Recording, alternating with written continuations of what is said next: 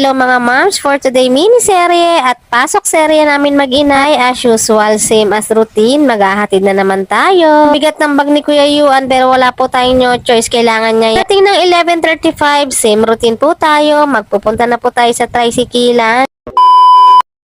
So, ayun nga mga mamshi, dahil nga medyo may araw at makulimlim, hindi namin maintindihan ang weather. Kaya pinagpayong ko na ang bata batuta kasi nga baka magkasakit. Maambo na naman dito sa amin pero mainit. Grabe.